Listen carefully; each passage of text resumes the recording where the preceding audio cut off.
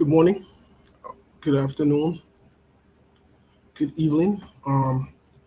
We'd like to welcome each and every one of you to SKTV. Welcome to the show. Welcome this afternoon, this morning, wherever you are. We want to say welcome, welcome, and welcome. Thank you for tuning in. Help us share the show, please, while you're at it. Help us share the show. We have a lot and a lot to talk about today. There's been a lot going on over the past 24 hours or less since we were last on yesterday. We want to say welcome to the show. Good afternoon, good evening, especially to those of you in Liberia. Welcome to the show. We want to welcome each and every one of you. Welcome each and every one of you. Welcome, welcome, and welcome. Today promises to be very interesting conversations we are going to have here. Yesterday we did not allow you to participate. We did not, I won't use the word allow. I'll take that back. We did not open the lines. But today we intend to open the lines so that you can participate at some point. But we want to welcome all of you. Welcome to you. Wherever you're watching us from today, welcome and welcome. Today is Monday, May 9th, 2022. May is running, and running. Help us to share the show while you are here. Today we have an interesting talking point. We have interesting things to talk about. As always, yesterday, as you can recall, or as you may recall, when Telvi was on the show with us before we closed, we had asserted that Liberia never runs out of news. So before day breaks, there would be some kind of news. And yes, we did not lie. Because there were a lot of different news, a lot of different things happening. And so we want to welcome you today to the show. We want to reference the Liberian people as the most important people on earth. We want to use this time to also reference the Liberian women. Happy Mother's Day to all of you, the women out there. Happy Mother's Day. At some point, Seku would join us here. At some point, Seku would join us. So watch out for Seku here very quickly. Watch out for Seku. He could join us any moment from now. So let's share the show.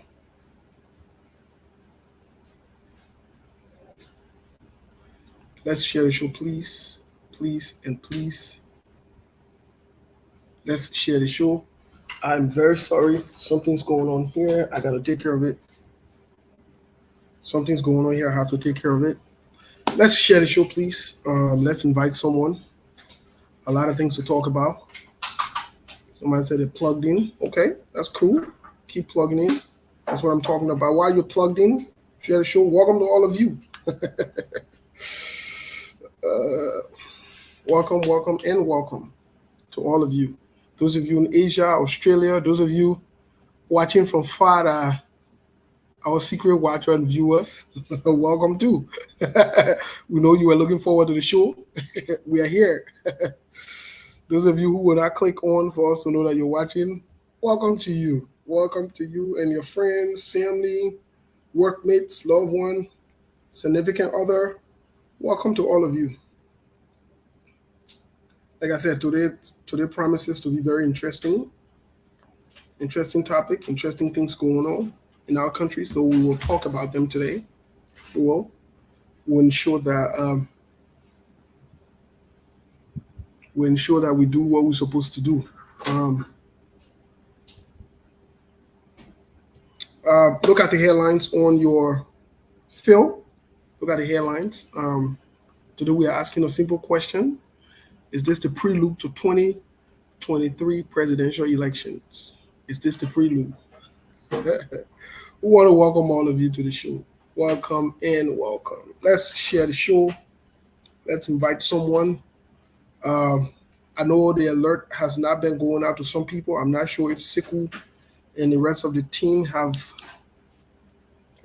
taken care of that part because I'm not my area. Siku in the area there. The administrative part and all of that, I Siku in the area. So yes. Felicia Johnson, thank you. Right out of Bannersville, live for SKTV. Felicia, thank you for tuning in. Thank you and thank you. But let's share the show. Before we get to the musical break, we got to remind you about some things and bring you in other news. That one y'all knows that we can't forget about it now. We can't forget about in other news. That in other news, I get a noise. Marlo watching from Mount Barkley, Pinsville. Well, Marlo, thank you so much. My man, you remind me of Mount Barkley a couple of times when I was in that end, my man. I was in that end in Mount Barkley, my man. I don't want to go into details, but I was in Mount Barkley. So greet the people over there. Greet the people there in Mount Barkley. Someone's watching us from Bannersville. Let's share the show, my people. Let's share the show. We'll get to other news here really quick. Really quick. Let's share the show.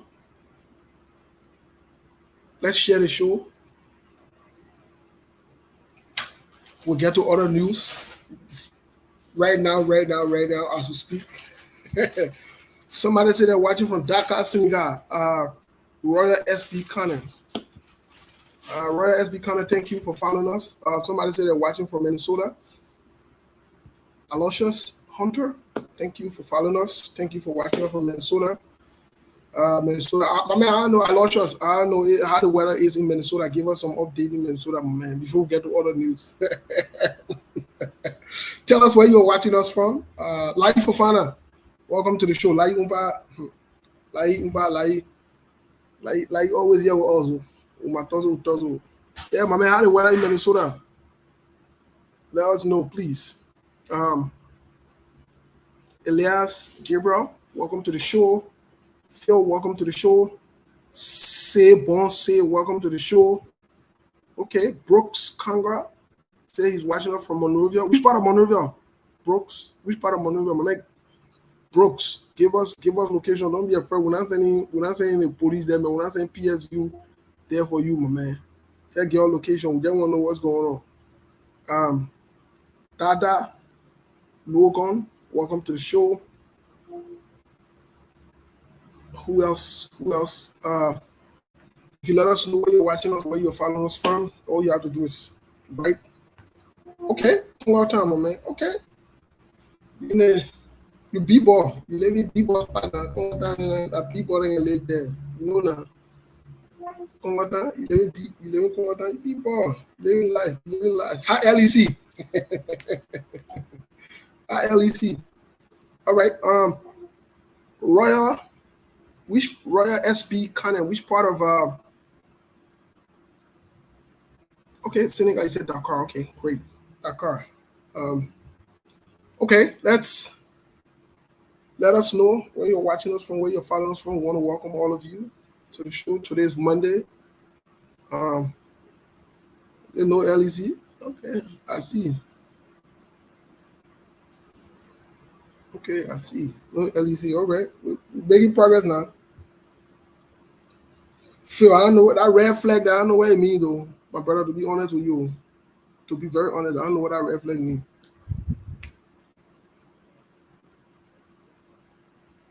Julius, you're watching us from Turkey. Okay. JMB is the best. Okay. Thank you, my man. We respect you, Julius. No problem, no wala. Everybody gotta put in support. You come here, you say who you support, we ain't got no problem. We respect that. We respect whoever you choose to support. It's your constitutional and God-given right to support who you want to support. Let's share the show. Today we buy all the news. Not easy. Well, they pressing that can be using Beverly News. Who they pressing here? They're pressing. Oh, somebody watching from Swedju. Gabriel Allison. The election personnel that was missing from Swedju from Grand G there. Is there any update, any news? Put in the live feed there so we can know. Watching from Swedju. Thank you for tuning in, my man. I know the did I not easy in that era, but thank you. Mason Gold Jr. Here, bro, filing from the city of Light, Paris. Mason Gold Jr. My man, you filing out from Paris? What is that you enjoying for? You seen the Eiffel Tower? Yeah, my man. Mason Gold Jr., welcome to the show. Yvette Cephas. I haven't seen Yvette for a while. She been gone. She been running away. You know that Yvette, when someone come in, they can come. After someone they go, winter time they go. We looking at you. All the someone put there. We know, wow, someone put there. Someone come in and they come in small again. We know how some people there. But yes, we want to bring you. Give me a second, really quick. Let me do this, and we'll give you in other news here. We will share the show with you in other news. Give me a second here. Give me a second. Let me do something here really quick.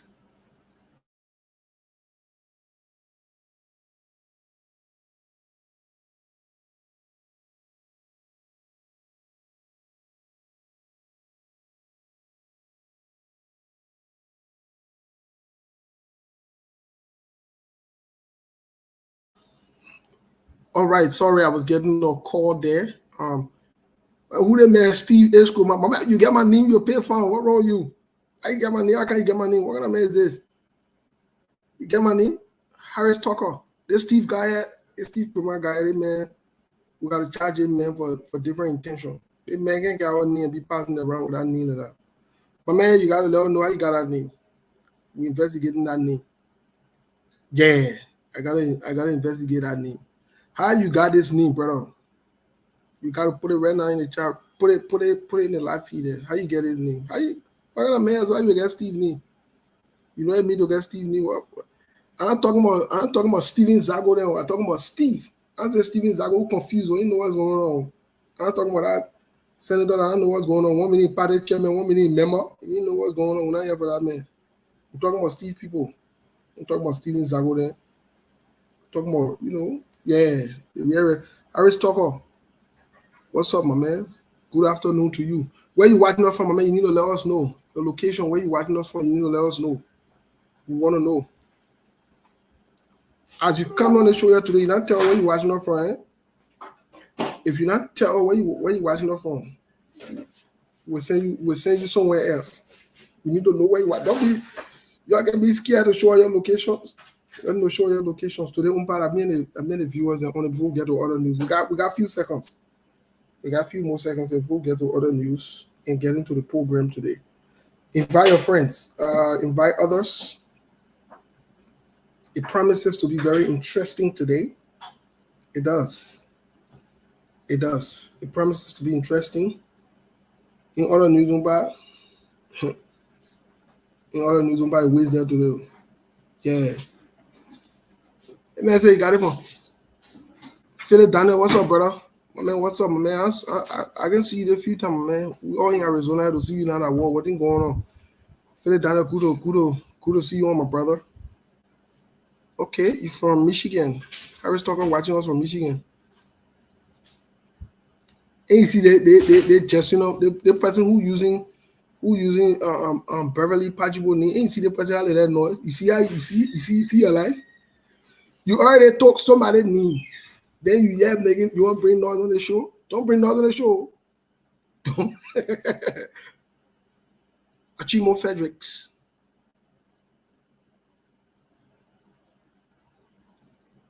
No, PA people Achimo, I'm behind your Alio. Say bon, say my man, where you watching from? What deep sea? That need you in? That need you want play before you talking about deep sea? You know what I've been here? We're talking about people being Staying away from water. People leaving water or leave that water talk. We're not going on no deep sea. Leave that water talk.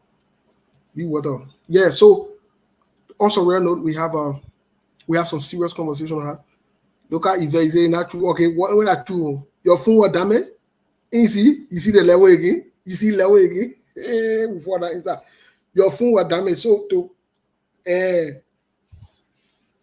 for you to borrow a phone to the watch your show, not a problem. When you borrow a phone, watch your show, you will die. You better beg you don't let all that thing on the show yet. To borrow a phone to watch your show now, you will die. You will not die. Borrow a phone, tell you you can use the phone too, not a problem. You will not check a Facebook message. That time you say you want to use the phone to follow SKTV at all. You will not die, mama. You will not die. Tell you say you will not die too. You just need to use the phone, plug a phone and turn it. You understand the level. So that phone excuse, don't give it to her. I beg you.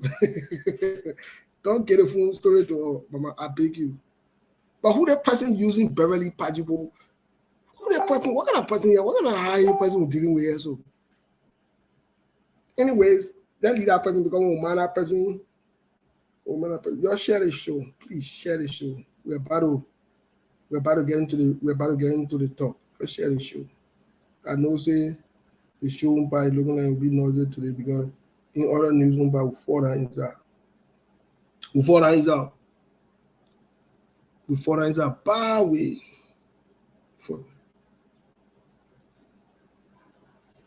You see Ansu Dugle. Mama, you say watch out from there the telescope. They Ansu Dugle, man.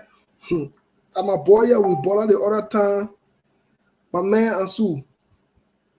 My man, it's good to see you, my man. Since we left what they call Philly that time, my man, we haven't even reconnected, my man. There is a need for us to reconnect. Yes, we need to reconnect, my man. Natalie. And who the Natalie here want? Who the Natalie want to bring noise here too? I don't know that person. I get a plenty different name. I don't know that person. I get a plenty different name. I only know one person. All right, let's share the show. Give me a few seconds here. I'm almost done with what I'm doing. I'm making sure this thing is set before we go live. Let me say before we go live, before we start speaking. Who is Natalie? See, Natalie won't put me in situation I can't handle it. Where your story, Natalie? Who the Natalie present? Where your story? Brad Denoir, good to see you. From Cedar Rapids, Iowa. Brad Denoir will be in Iowa very, very soon. I don't know if I will come to Cedar Rapids, but I'll be in Iowa. I just want you to know. I will be in Iowa, and when I get there, before I give you my location. When I get there, I'll give you my location. For now, just know that I will be in Iowa. The picking will be there live. Eric guy, I've been watching him, man. He's been bringing noise on the show. When Texas people come on the show, that means noise coming. When you see when you see one Texas person come, the whole group coming. We left for the car, last minute of time.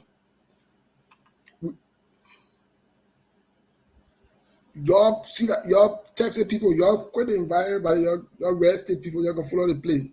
Texas people, no. We left for the car, last minute of time. When finish in the middle of the show or at the end of the show. Y'all ain't no be coming.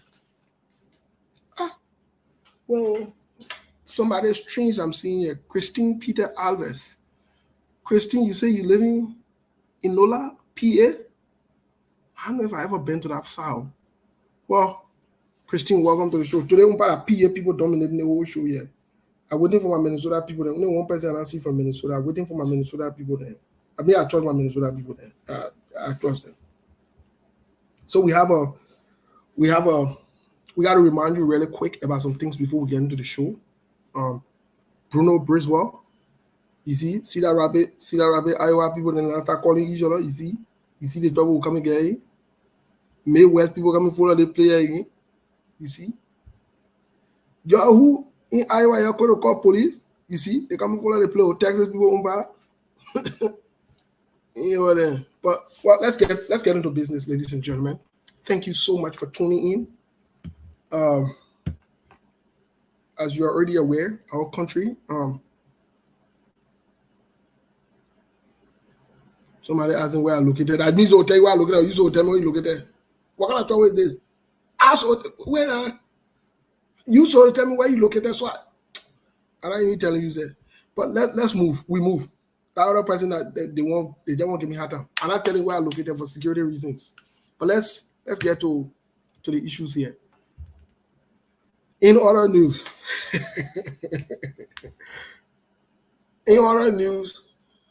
Kelly here Mo Ali. Mo Ali, I know he thinks they want to change your hair when I know that I ain't. And saying he started changing your hair and just been falling down inside. You will realize that the first time we saw him change your hair looking Kelly, that the time we saw him to the Supreme Court, they asked him, he's telling there, you know what's going on. Oh, my lawyer say I can't talk. My lawyer say I can't talk. My lawyer say I can't talk. Kelly hair Mo Ali. Kelly hair man Mo Ali. You still making hair Kelly to be like baby hair. You know what's going on. A funny looking man, Mo Ali. Kelly hair Mo Ali decided to start noise today. In other news, Kelly hair Mo Ali. But make sure you put Kelly hair to your name. Oh, you from Virginia. Make sure in other news, Mr. Kelly hair Mo Ali. You know when you just born the baby, you know, the newborn baby, the hair can be Kelly. Mo Ali at his age. You know how long we see Kelly hair on men? Even the women that want to do curls this time. For to do a curly hair is hard. Talk about grown men. Mo Ali taking hair, the Kelly hair. Today's it, I had all old men there. Stay pointing your hair and doing Kelly hair, looking funny inside the Kelly hair. But that's a side point. So Kelly hair Mo Ali decided to throw on my boy Ben Senvi. You know, in all honesty, Ben Senvi, in other news, Ben Senvi is a very passive guy. I'll be very honest. Ben Senvi is passive. Timberlake George is passive. Even what the guy named Stanton Witherspoon, Kev Hassan, these guys are all passive guys. They will talk behind the hall. They're not talk in person. Especially Ben Senvi. Ben Senvi is not confrontational. You know, you will come after Ben Senvi when I talk. You know, Timberlake George, the guys will not normally respond. So to see my boy coming out today, you might know that Kelly hair Mo Ali. He might again get the tattoo. Last year that situation he get put in. This year he turned to Kelly hair. No, this year he got 2 tattoos. You're not Muslim, you're not Christian. So he can testify. He can case Bible to testify. Then we finish with that one. We even digest that other toy again. He now bring new toy again. Kelly hair Mo Ali decided that he would throw on Ben Senvi. But when we get back to the show, we lay the premise for why Kelly hair Mo Ali decided that he will misbehave. Kelly hair Mo Ali is on a mission. He's been misbehaving for a little while now. Please don't put any link here. Please, we're begging you. Kelly hair Mo Ali decided that he will go after Ben Senvi today. Of all other days. But Kelly hair Mo Ali also did something that was very interesting, also strange. Last week, when our Muslim brothers and sisters broke the fast, Kelly hair Mo Ali shamelessly dressed in all white. Beno family, what do you have to do with it, man? Kelly hair. Well, Beno, I don't have anything to do with it. I just think, first of all, it's shameful, it's embarrassing in the 21st century for a man at his age to be putting curl in your hair and be acting like someone a gay or something. Even the women that don't put curls in their hair. So you encouraging him, well, good for you. But I think it's very, very funny. It's odd. It's very unusual. It's unorthodox. Now I know because you support Joseph Boaga. So even when a man is making himself a little stupid, that does not mean you have to support him. A grown man. So that's what I'm saying. Kelly hair Mo Ali, he didn't need to be putting curls in hair at this age. Would you advise your son to put curls in hair? So why would you tell him to go put curls in hair? It takes them when you support a political party, that means all the foolishness that go on, that means you support it too. But let's move. We move. I'm ready for your unity party, but your kind of thought nonsense. I will deal with you one by one. I will not let any one of you slide. So you can't talk nonsense. I'll keep you in check. But let's move. We move.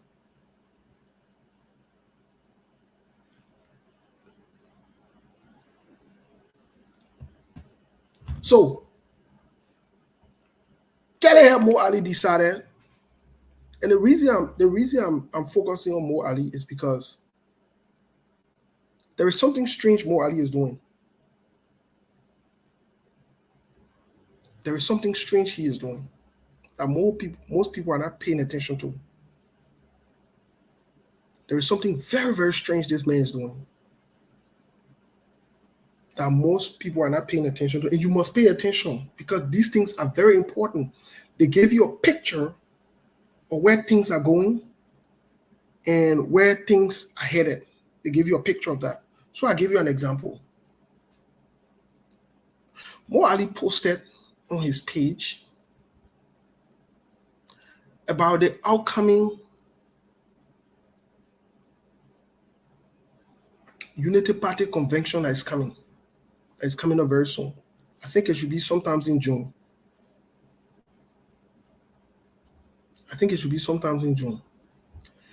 And in reality, what he posted, I forgot to tell everyone, he blocked me because when he did it fast, when our Muslim brothers and sisters who have fasted for a month, finally time came for them to break the fast, Mo Ali just shamelessly, after a few days, he said he was not a Christian, neither was he a Muslim, but here he was dressed up to identify as a Muslim. That tells you how dubious, how crooked, how funny this man is. But that's a side point. I commented on his post. Somebody commented about his hypocrisy and about his constant behavior of being dubious and of lying for no reason and of thinking that he can trick people and lie about things and lie his way through. So I commented. I said, these are the people that are problematic to our country. In other news, you will also record here, I accused Mo Ali of trying to hack my Facebook account. Yes, I have evidence to that. Mo Ali did that. Sekou interviewed Mo Ali sometimes last year. Mo Ali was on the show and I called on the show, but then I think last year I was not a panelist, I was not a host on the show or co-host. I called Mo Ali, I called on the show, and I asked for the scene framework document to Mo Ali, the revised one. And the records are there. The show is still there. I will find that show and play that show so you guys can listen to that show. When I asked Mo Ali about the framework document, Mo Ali said, he sent me a message. He said, send me your email address and I will send you the message. And I will send you the framework document, the revised one. The same framework document where they claim they don't have. I still got a message here on Facebook. I still got a message here to tell you how these guys, they're problematic. And I hate one. I'm Mo Ali one. There's a group of them. And as time goes by, they will unveil themselves to the Liberian people. Y'all will see. Y'all will see for yourselves. Y'all will see. The history are there. It's just that some people are so blinded by the partisan politics or support that even when the truth is glaring and it's in front of you, you don't want to see it. He posted something that's very interesting this morning about the CP, about the Unity Party's convention and who can contest and who cannot contest. And he was quoting some law there and writing all kind of funny things. Listen, that was before he went after Ben Senvi. Listen, let me say this. You remember on the Scene Network, on my personal page, I've consistently and continuously stated that Unity Party noise ain't even start yet. What you're seeing is just the tip of the iceberg. Watch and see. Just watch and see. Watch and see. But let's get quickly to the break here, the musical break. In other news, the vice president fought down inside 12-hour tiller. And we'll talk about it in details here today. The vice president fought down inside. Also, in other news,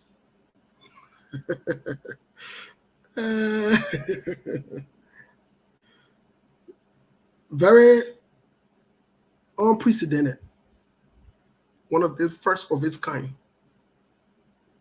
as you all must have heard.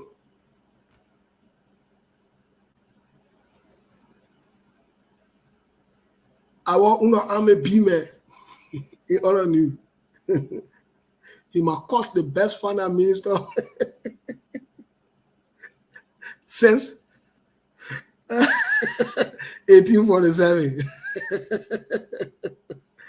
Anyways, let's get to the musical break. When we get back, we'll talk about these things in details. We'll tell you about some of the things that are unfolding, some of the things that might be playing, and some of the things we have to watch out for. As you can see, the topic is this the prelude to 2023 presidential elections in Liberia? Well, we'll see and we'll know. Well, in the meantime, let's share the show. We are going to share the show, invite someone. We have some videos to play so that you can hear it. We'll talk about it and we'll move on. But we have interesting conversations here today to have. Very, very interesting. Enjoy yourself. Happy Monday. Happy Mother's Day. We move.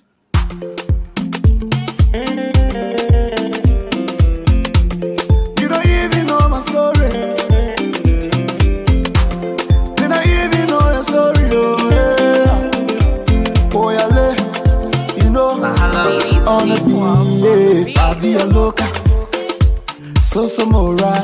You post your new car on Facebook. But that's so la la. You working better.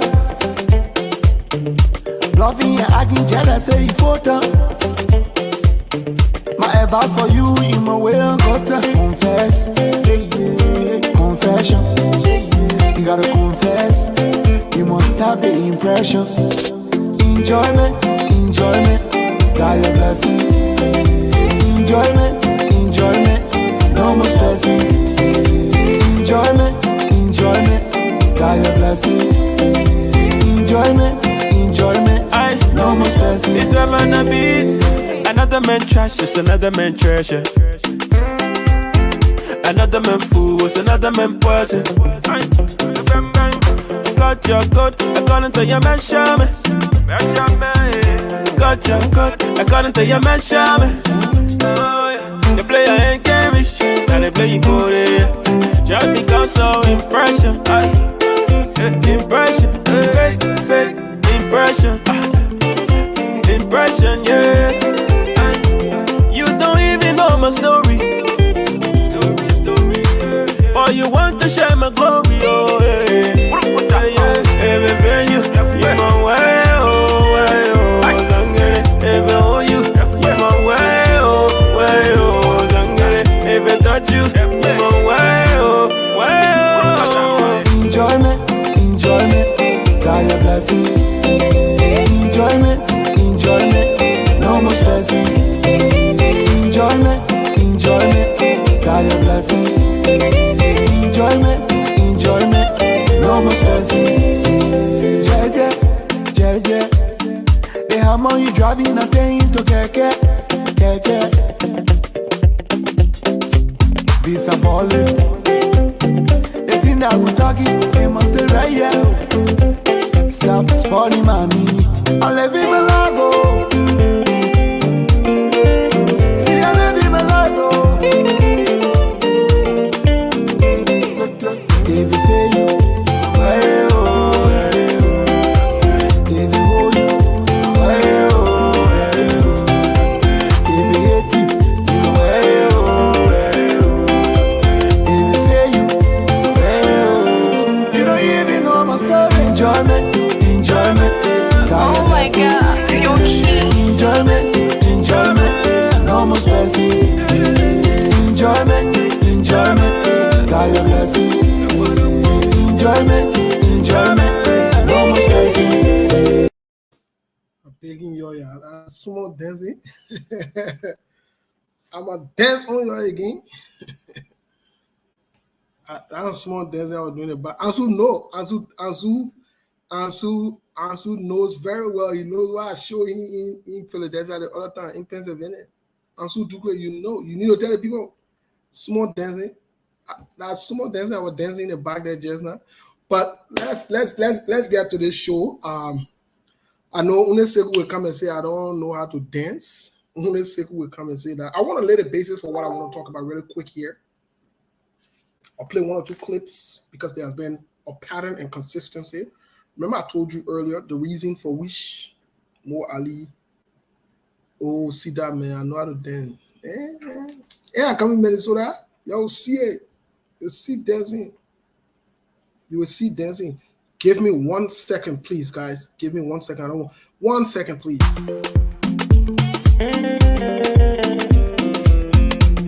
You don't even know my story. You don't even know your story, oh yeah. Oh yeah, you know, on the beat, I be a loca. So moral. You post a new car on Facebook. Brother, so la la. You working part-time. Loving and arguing, jealous, say you photo. My advice for you in my way, I got to confess. Confession. You gotta confess. You must have the impression. Enjoyment, enjoyment. Got your blessing. Enjoyment, enjoyment. No more stressing. Enjoyment, enjoyment. Got your blessing. Enjoyment, enjoyment. So who all say I can dance the time level here? Who all say that? Who all say I can dance the time out there? Did Rose Russell say I couldn't dance? Oh, okay. Okay. I thought Rose Russell said something because anyways, let's get to the program really quick because all of y'all who say I can dance, you be my guest here in Arizona. So I know you be that thing, man. You read in Texas, you saw what I did the other time in Dallas. Forget about that thing. Be that thing. You know what I did. When in Dallas, you saw it. You were stealing stuff from me and all. But let's get to the program. For those of you who say I can't dance, you are invited to Arizona on the 21st, 2 weeks from now, or less than 2 weeks from now for our inauguration here for the Liberian Association of Arizona. Welcome to all of you. This is an open invite. You are more than welcome on the 21st. It starts actually the 20th, that Friday, Saturday, and Sunday. I want to welcome the general public. Welcome to all of you. Come so we can have some time together. Those of you who say we can't dance, or come so you can see it. I'm not talking about that like dancing where you're sending one player dancing, you're saying, I'm talking about real dancing, real chicken it. Yeah. But let's move on to the conversation. I want to lay the basis for this conversation. I want you to please pay attention. Pay keen attention because it's important for us to make connections and connect the dots. Because some things in life, when we find out the patterns. Oh, Ansu, you see your life? You want to throw me down? You want to throw me on the bus? I'm going to call the cheerleader so the cheerleader can prove it. I should call the cheerleader. That night you yourself, you were begging me to show you move. Don't let me go into sunny man, brother. Do that thing. Don't sunny it down because we on TV now. Let's forget about it. We want to show we discuss that one behind closed door. Say you want to throw me on the bus. We'll discuss it behind closed door. But when I'll borrow you Arlington again very soon. We'll come and borrow you Arlington again. But let's get to my own boy Ansu. He wants something me now. Now he knows I can tell it. Then he will ask me to show him small move. He know. He know. But yes, so let's lay the basis for this conversation because it's important for us to. First of all,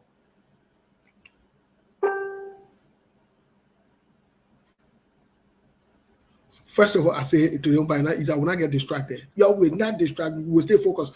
But let me lay the base. First of all, let me say this to all of us. Whether you are a seditian or you are not a seditian, I want to be honest with all of you. There are some things when you reach the public, especially when you are high up We understand that President George Weah has laid the bar so low, but when you are a grown and a mature person, especially a woman, certain things are very embarrassing. Let me put it that way. Just the allegation surrounding Vice President Joy Howard Taylor is very concerning. It's embarrassing. Let me say it off the bat before we go anywhere. Very, very embarrassing. Very concerning. And the reason I'm saying that is because she's a mature woman. Yeah, she's a mature woman. I'd say the temptation to, and I was saying, who can say sometimes, don't just turn off the comment feed, just turn it off and not seeing it, because when I start responding to people, the people that are attacking me say I can't dance, when I start responding to them, I turn music on again.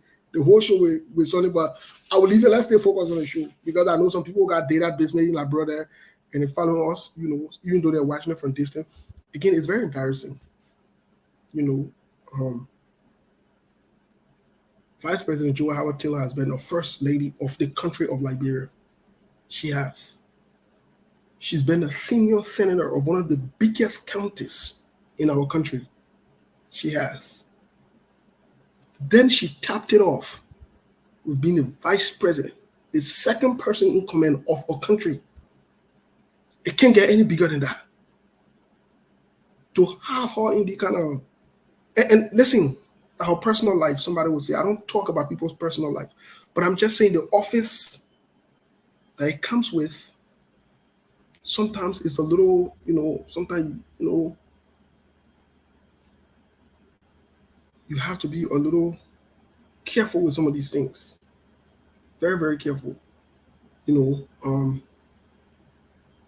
so this brings us to the story, because many of us might not recall, but let me refresh your mind. I'll play a video clip, and then we'll come back to what's going on. And this has to do with the CDC. It has to do with the CDC. People are joking with it. People are laughing with it. And I know by tomorrow, we would have forgotten about some of these things. But there are some people that don't forget, such as the United States. These people don't forget. So, in 2008, there was a guy, now he's in Bon County. There was a guy by the name of Kemun. Kemun was found in similar thing that Bashuru is found in today. And as we start to dig a little deeper, we find out what happened to Kemun. It is reported, alleged also, that Vice President Joy Howard Taylor had an affair with Kemun. But let me lay the basis to this really quick. Quote, Front Page Africa gathered that Kemun, 39 years old, was sentenced in a U.S. District Court to 22 months in prison for the shame, and was required to pay $272,535.50 in restoration. Kemun, in October of 2008, pleaded guilty to a court of conspiracy to commit health care fraud. Indicted in 2005 with Wilhelmina Bali, Kemun admitted to a conspiracy to submit 4,800 claims to the state Medicare program for more than $272,500 through the company Hopeland Healthcare International. So, Vice President Joy Howard Taylor seemed to have been connected with some funny things. And that's not just the start. You will recall also Many of you, few days ago,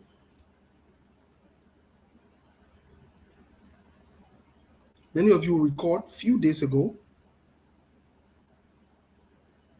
the US ambassador, and we talked about it on the show here briefly, threw a hint at Vice President Joy Howard Taylor. And I paid close attention to that part because it was interesting how he inserted the vice president into the conversation to make her to understand and to make the Liberian people to understand that she's on our radar, or she made an interesting statement that caught our attention. Let me play so you can listen, and then we get to the most recent issue. I'd like for you to listen to this. Listen to this, please. I'm not sure if you're hearing him. Give me a second. I don't know why it was playing here. Give me a second, please. If you are hearing him, let me know, okay? I want to go back to it. And if you're hearing him, let me know, please. Can you guys hear him? Because I am not. Let me see. I think I muted something somewhere. Okay. I'll have to go back to it. I have to play back. Let me pause this and go back to it. I'm not sure why it is not playing. This conversation was very interesting, so I thought to bring it up to you. Give me a second. I have to go back to it. Hopefully it will play. Let me make sure I'm not showing some things here. Give me a second, please. Please and please. I'm not sure why it is not playing. Let's go back.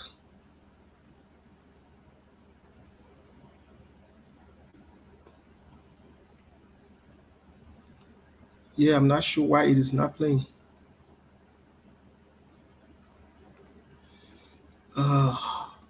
This is very... I got them. Good morning, okay. And on behalf of the management here. Okay, very good. I will take it off from this one. Instead of that one, I will play this one because this one has the sound. So just give me a second, please, and please. Give me a second. I will have to take off this one. Boom. Okay, good. Give me a second, please, guys. So let me go back and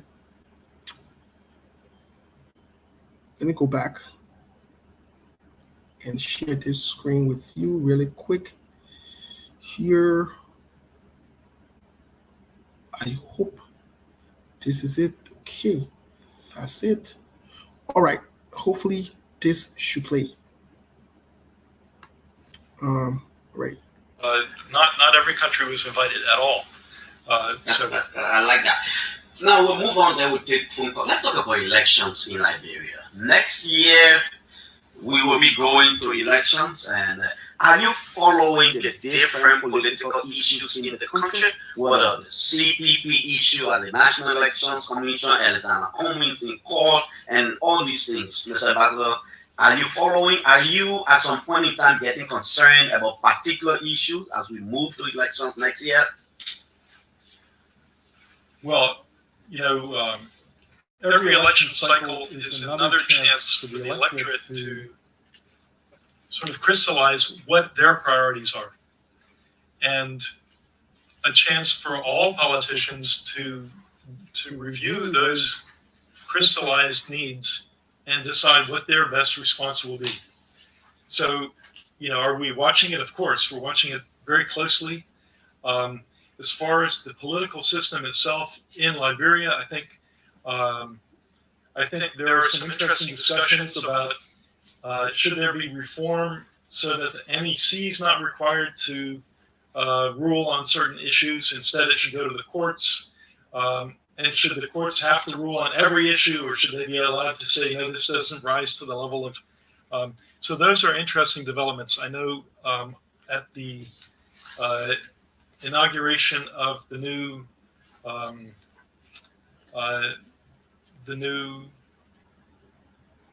legal organization of Liberia, when Tijuan Conglos finished his term, and the Liberia National Bar Association. That one, yeah, LMBA. The vice president, Vice President Taylor, said that she felt that it was important to change the rules, the law. She wanted the legislature to change the law, or to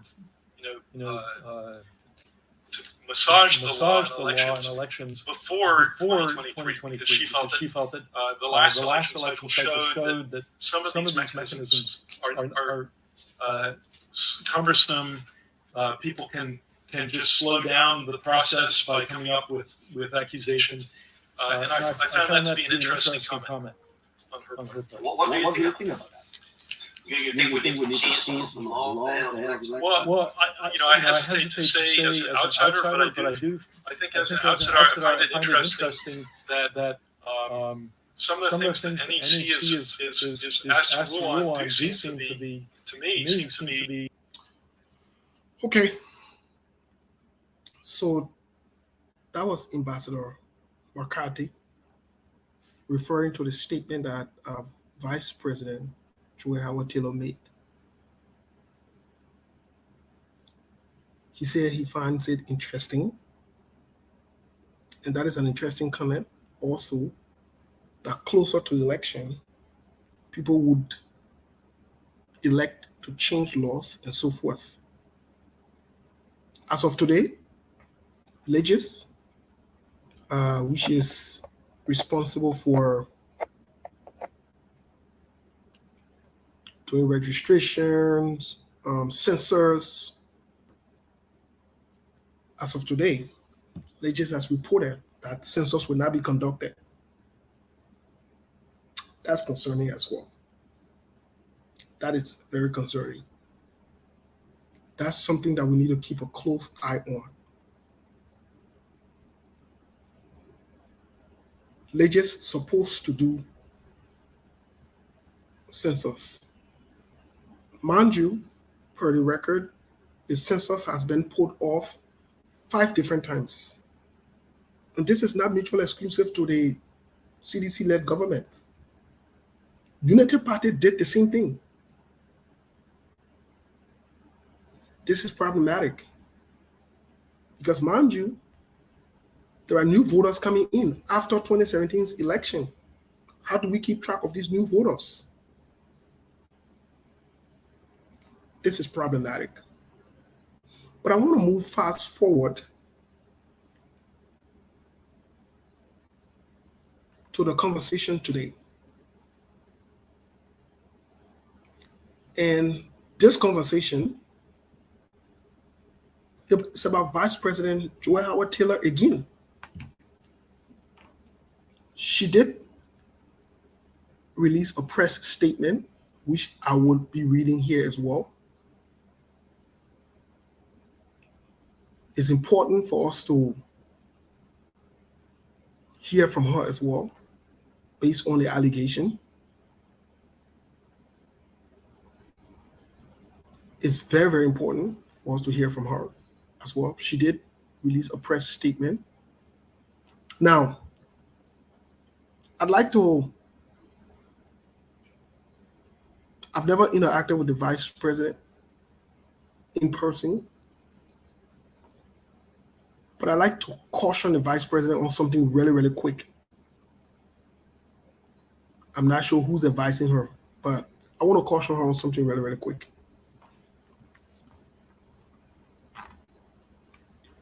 You can disagree with Front Page Africa all you want. You might not like them.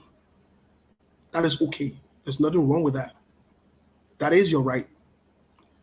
That's part of your rights. As a citizen, you don't have to agree with Front Page Africa. You can argue with them. But one thing I want to say though, you want to be careful how you throw an open challenge to media people, because they might give you a gist or a hint on an issue. They might not go in depth. And I know for a fact that one of the people that you don't want to fight in your life are people in the media. You don't. You don't. You don't want to fool around. As evidenced by that, ask Senator Darius Dillon. Go ask him. I would advise the vice president to tread lightly. If she has to prove her innocence, that's fine. But when you make it personal and want to attack Front Page Africa, when and if Front Page Africa should release the details, because let me get into the conversation here first before we can let me get into the conversation here, because you remember a few weeks ago when this story broke up that this guy was arrested in the US. We did tell you that his arrest should be very concerning and troubling to the Liberian government. We told you that. And part of the reasons for which we told you was because his history ties him directly with the Liberian government, whether you like it or not. Most recently, the bicentennial, when P Square and other people were invited, the Liberian government lied. The president can lie, so the rest of the crew will know that plenty of liar. If you're in a hallway or parking lot and your man can lie, forget it. Everything that is also lie. The whole lie. So we just know say the whole country, the whole government, that just so liars, the president can lie. So that one will know they fall down. Everybody fall down inside. But that's a side point. In our faces, they told us that this guy was the one that paid for P Square. Only because they didn't want to be held accountable. It is a problem. It is a problem. We said this guy would talk. And let me just say this to some of you who maybe are in Liberia who don't understand how some of these proceedings work. Let me tell you something. And maybe other security personnel will speak to this. When the FBI or these high security guys receive any kind of warrant to come to your house and to search your house or to any kind of surveillance or anything on you, there is no more privacy. You screw. Especially when they tap into your computers or your phones or something. All the nigga picture that you invest in, they will see it. Whether you delete them, you won't delete them, they will see it. All the bad text messages you've been sending, they will see it. All the lovely text messages you've been sending from 2 in the morning, 2, 3 in the morning, they will bounce on it. There is nothing that can be hidden from them. They are trained, specialized guys that do these things.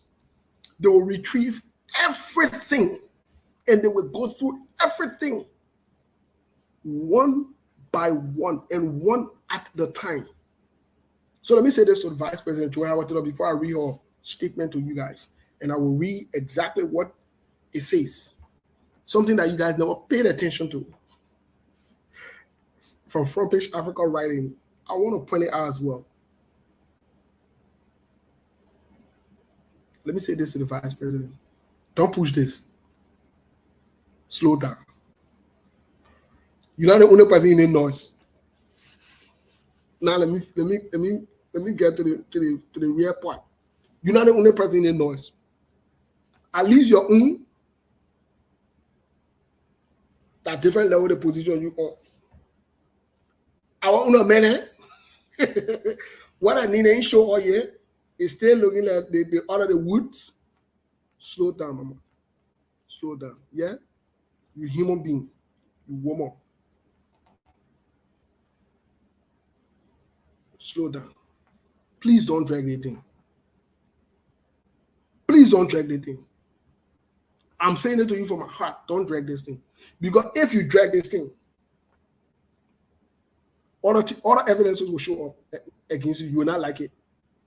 You will not like it. Slow down. Leave the thing alone. Let me tell you something. The people who are behind this thing, the people who are doing this search or whatever it is, they know exactly what they are doing, what they are looking for. So slow down, lead the thing. Forget about the thing. Yeah, that's not labyrinth talking point. At the station I reach now, not in our hand. Then I'm saying, well, they go talk tomorrow behind there. You're just forgetting everybody just walk away. Next news tomorrow. Leave that thing. Leave that thing. I beg you, leave it. Yeah? Leave it alone. But let's get to what Front Page Africa wrote versus what was written by the VP as well. So, in all honesty, Front Page Africa itself was a little vague. They were not too clear. So this is what it wrote on the title, Close Ties with Liberian Government. Listen to what it wrote. I'll have to put everything in quotation here. Considering it's from them, we'll give them credit. It is also not clear what the U.S. government authorities meant by Bashir had a close personal relationship with the vice president of Liberia. Unquote. This, according to them, was discovered after they obtained a warrant to search his email. So the way they find out was the FBI or the security apparatus here, after they arrested this guy, they had a warrant to search, more likely so, his computer, because they would want to trace transactions and other things. And so they'll have to search his computers. They'll have to know who he's been dealing with or whatever it is. Part of the way they caught the guy, that Nigerian guy that was in Dubai, Hash Puppy or whatever his name was, also they trace him to a guy who does money laundering, because they had a warrant to search his computer. They trace all of that. So fast forward. Let's move fast forward, because we have to make progress to open the line at some point for you to contribute as well. This is what is quoted in Front Page Africa. The defendant, quote, the defendant's ties to Liberia, moreover, are especially deep. The email search warrant production revealed that the defendant has a close personal relationship with the vice president of Liberia. Moreover, during the execution of the search warrant at the defendant's residence on April 20th, 2022, agent discovered that the defendant was in possession of a diplomatic Liberian passport. That defendant, who occupies no formal diplomatic position within the Liberian government, a fact that the defendant admitted at the detention hearing, was nonetheless in possession of a diplomatic passport. It's powerful evidence of the strength of the defendant's connection to the highest levels of the Liberian government. The defendant is, after all, a citizen of Liberia, not the United States. A connection like this, therefore, only enhances the defendant's already elevated risk of non-appearance. And this document, when you look at it for you, is encrypted. The document which was quoted here is encrypted. So this Bashir guy apparently tried to post bail. And the US government said, we're not having it. We're not taking bills from you. We're not going to accept any bill from you.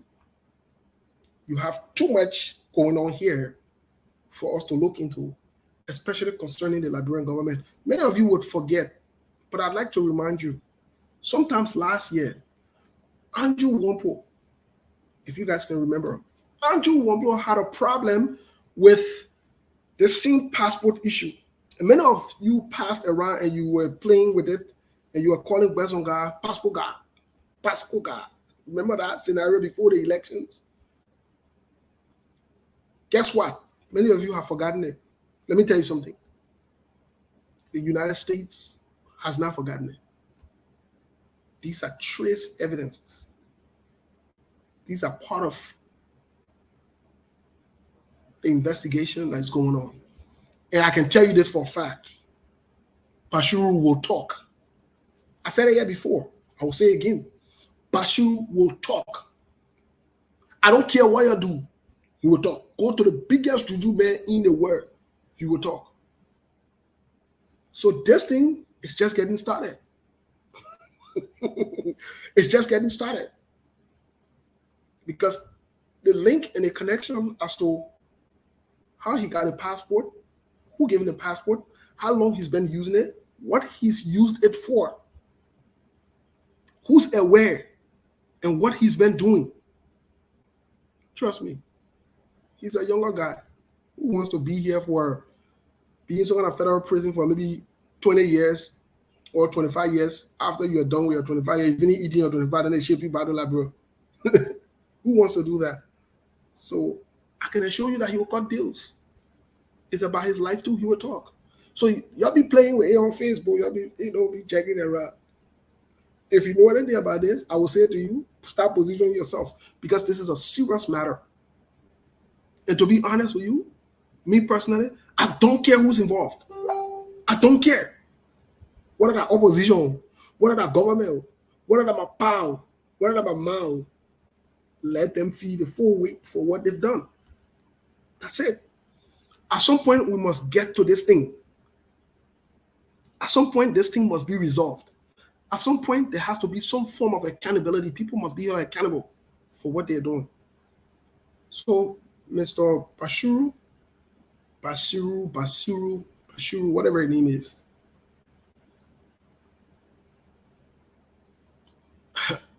he's in some real serious problem. He's in some real serious problem. And guess what? He'd have to talk. He wants to save himself too. He has a life. He does have a life. So, for some, when they involve the government, then what his name? What their name? Front Page Africa, they're not good. For others, when they involve the opposition, Front Page Africa is good. Let me tell you something. Play all the politics you want to play in your head. This particular case is not in your jurisdiction. Fool around all you want to fool around. I know for sure this guy will talk. The fact that he couldn't secure a bill, he couldn't post a bill, this is serious. It's very alarming and concerning. You don't want to fool around with this. This is very, very serious. And on top of it, he's here. So that means he's talking. So we'll wait. What do we do now? We move. We'll wait. We'll wait until the next move or the next person name comes up. Who knew Vice President Joe Howard Taylor would even be involved with this? Who knew that? We don't know what other thing else has been revealed. Some of these things they might not even disclose it to the public yet because they want to make sure they have high court evidence around them. So why if he's calling people's name? Why if he's talking about some of the transactions he did in the name of this person or this person? Why if he's doing that? All of those things, they have to be corroborated. They do have to be corroborated. And you know, sometimes when we say these things, people think that we hate this person, we hate that person. It's not about hate. It's just about the truth. The things that you can do in your country, the things that we refuse to do when we have the ability to do it, other people will do it. They don't fool around with it. You don't come in other people's country and play around and do all these shenanigans and think that you can get away. No, it doesn't work on this side like that. It does not. So when you're here, you behave yourself, you do what you're supposed to do. But if you think you're going to fool around, come around and be bouncing around, doing something here and there. Listen. Let me just be honest with you. I don't want to play politics with this. I don't think this is political. I think this is a serious case. The fact that this guy has a diplomatic passport is problematic. It's problematic. Any transaction that was done with him, whether it's on his phone or on his computer, all the servers, everything, the facts will be piled up. And guess what? The evidence will be presented. Before any case is brought against anyone, there has to be a strong evidence to it. So it is serious. We don't know how far, to what extent this case could go, who all could be implicated. We don't know. Maybe Vice President Joy Howard Taylor came out because maybe, I'm not sure what kind of conversation they've been having. And I urge the Vice President to stay cool. Forget about this. But let me read the Vice President's message here. What she wrote. Republic of Liberia, May 9th, 2022, for immediate release. The office of the Vice President is concerned by the May 9th headline of the front page African newspaper, in which the paper insinuates that the Honorable Vice President was involved in obtaining or recommending a diplomatic passport for Mr. Shaka Bashuru Kanti, who is being investigated in the United States on allegations of money laundering conspiracy.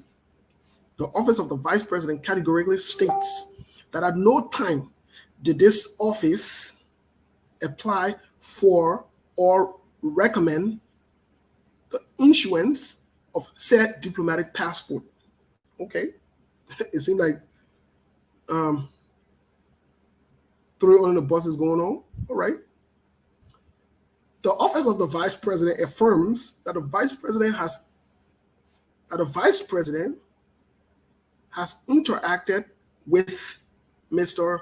Shirku Bashuru, Sheikh Bashuru Kente. Nothing that why it is true that the Vice President has many friends across all sectors of society in her political sojourn. It will be a travesty to logic to suggest that the Vice President is aware of the personal dealings of anyone she may have interacted with at any level. Okay, I like that part. The Vice President is not, shoving it off and say she doesn't know this dude.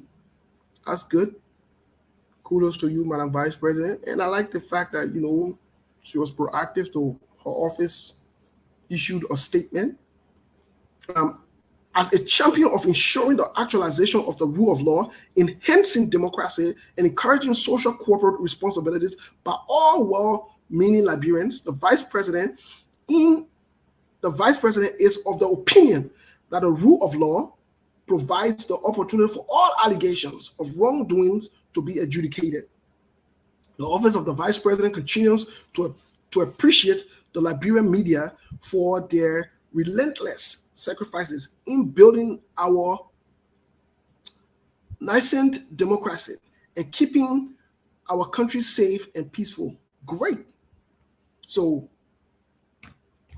Vice President Joe Howard Taylor, I will leave it as that, and I would move. But in all honesty, someone can say this is, like one of my friends is saying, oh, this is a fishing expedition. Yeah, okay, fine. A fishing expedition. That I mean read it. That I mean say. That I mean got Sheikh Bashir in jail, prison, or detention. That I mean. So, what can I say? Let it be fishing expedition, yeah? Whoever they catch in the fishing expedition, we know. We are here.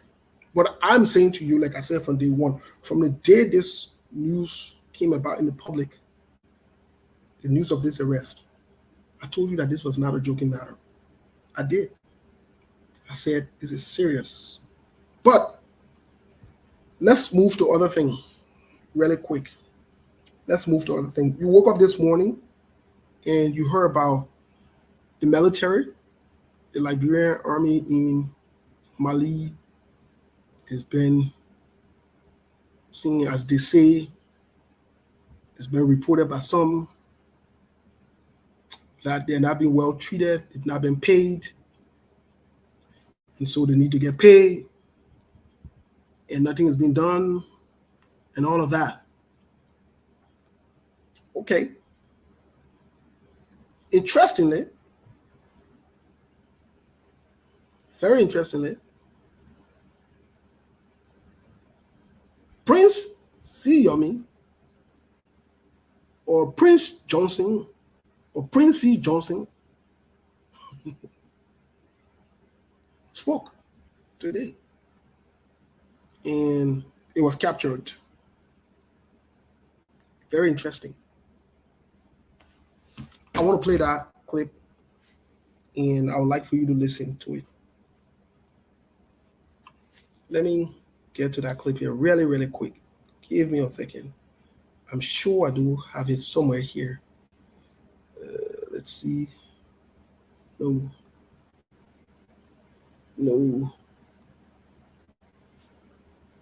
I think this is it.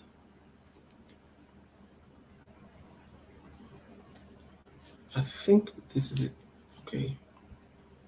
All right. I think that's it. Let me see here. Give me a second. Let's see. All right. So let's play this. I'd like for you to please listen to it.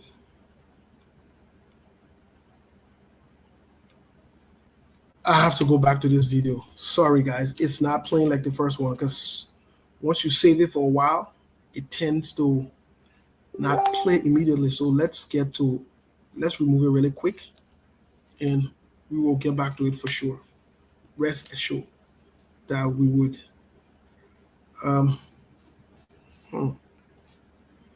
Interesting times. Just give me a second, please. I'm getting to that video.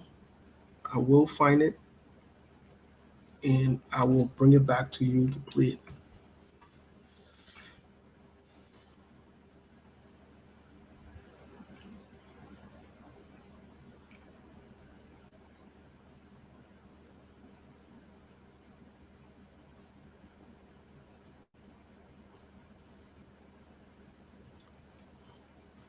Okay, I think I got that video.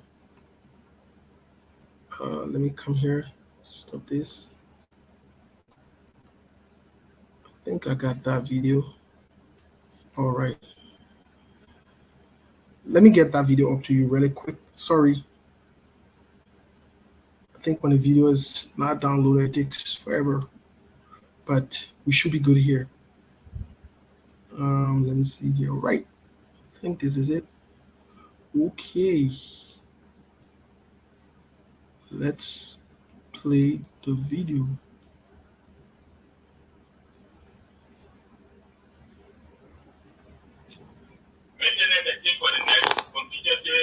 Okay, let's start from the beginning. I hope you're hearing it. Okay.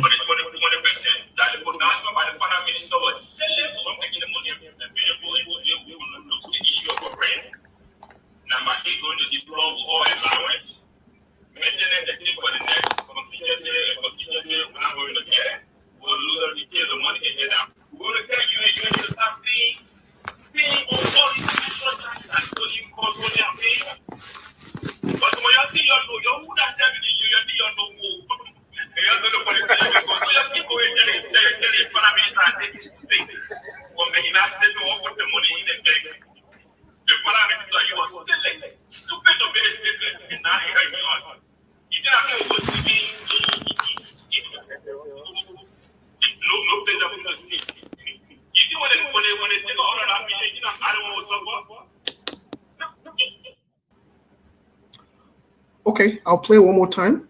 Credit to Martin Colley on this particular video, but let me play one more time for you to hear. Maybe you didn't hear it too clearly.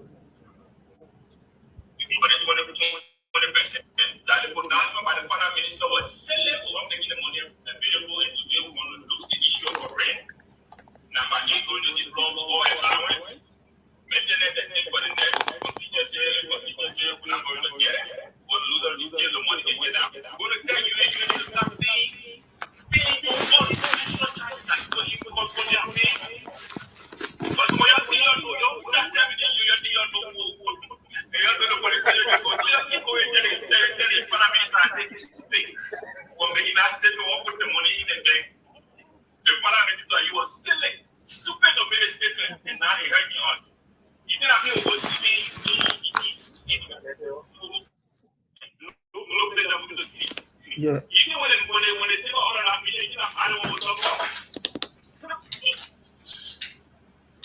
All right. Well, I've got someone on the phone here, Conor Remy Gray, and I'd like him to speak to this. Conor Remy Gray, are you available?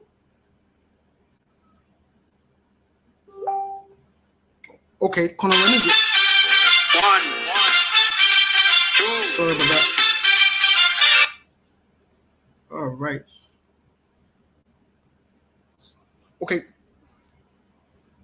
Yes, Conor Remy Gray, are you available? Okay. So I've got Conor Remy Gray here from Minnesota on the phone. Conor Remy Gray, are you still in Minnesota, right? Yes, I'm here. If I leave from here ever, it will be a relocation to Liberia on my retirement. But that's not what I heard. That's not what I heard. Back on my farm, all the way in Jenna when they keep out. No, but that's not what I heard, Conor Remy Gray. The other time we're in Minnesota, remember when we met to that event and we're chilling there? What I heard that you were moving to Arizona because of the cold and you wanted to relocate to somewhere, Oh, Come on, man. Man, I've been up here for 20 some odd years. Where am I going to put a bit out? Arizona is hotter than Liberia. Come on, man. Come on. I thought we already negotiated everything. You were coming by the end of the year.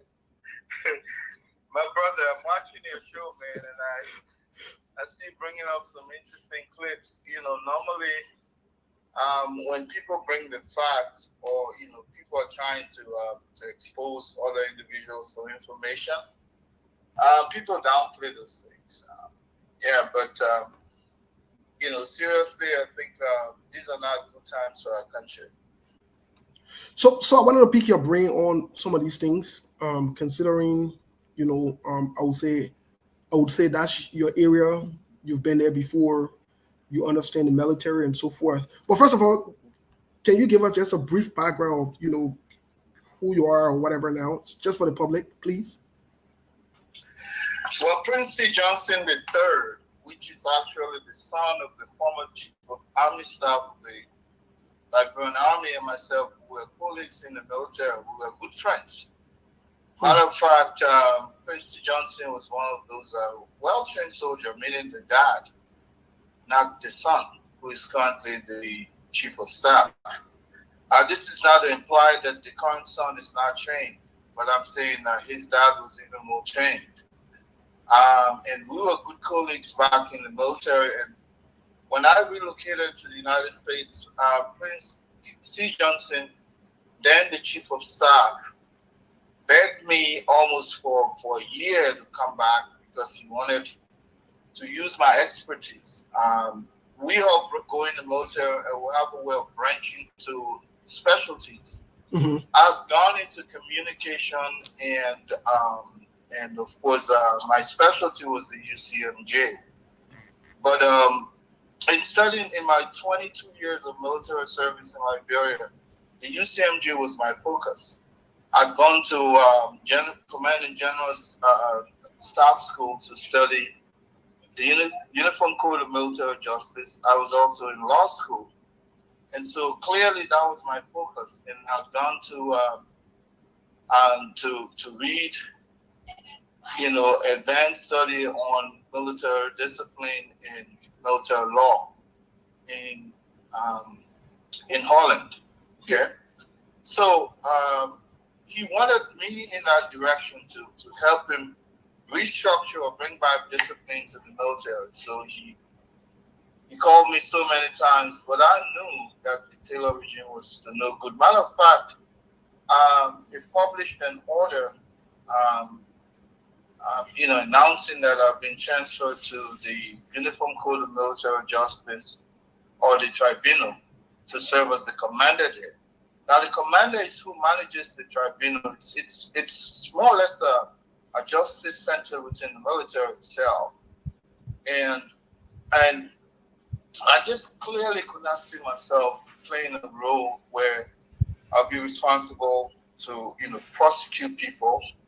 More so, it's like what the Solicitor General is doing now. More so under a regime like Charles Taylor. So I subsequently asked him to rescind the order, announcing my willing resignation from the military. So I put that in official writing that I was done with the AFL. I now have a new life, and that new life will be my residence status in the United States. When it comes to Liberian military, these are also not good sign when people start shifting the argument between the government or the power that be and the military.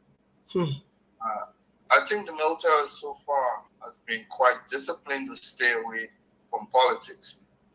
But if you lie on someone and their reputation is on the line, definitely you push them against the wall to talk. And from what I heard on that clip, and there's more to it, I think it's deeper. Apparently, Prince Johnson was only waiting for the finance minister, who is now serving as actually the acting president, because the president of the republic is out of the country, and I think Minister Toye is acting in his capacity. So apparently, this is not a good sign that Prince Johnson, who has been auspiciously silent, will be coming out now to make statements. I will pay more attention to that. Right. So I thank you for providing that context. Just for our viewers here, for disclaimer, Prince Johnson and I, we're friends on LinkedIn. We've communicated maybe 1 or 2 times, just from a professional standpoint. But again, like you said, even in his communication, his writing, I find him to be a quiet gentleman, disciplined, very disciplined, even when he communicates, the way he writes, you will know that he's not one of these people that likes to talk or that want to be show off or whatever it is. Very humble and very, disciplined. So, but here's my question though. Here's my question. Has something like this ever happened in our history, especially with the military and the executive having this kind of close, I don't want to use the word confrontation, wherein, he's very vocal. He's not missing his words and he's not holding back. Has it ever happened in our history? Let me provide an overview as well. Okay. The current chief of staff is a replica of his father.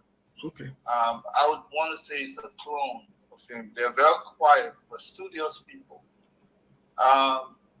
Prince C. Johnson, the current chief of staff, matter of fact, grew up in the barracks.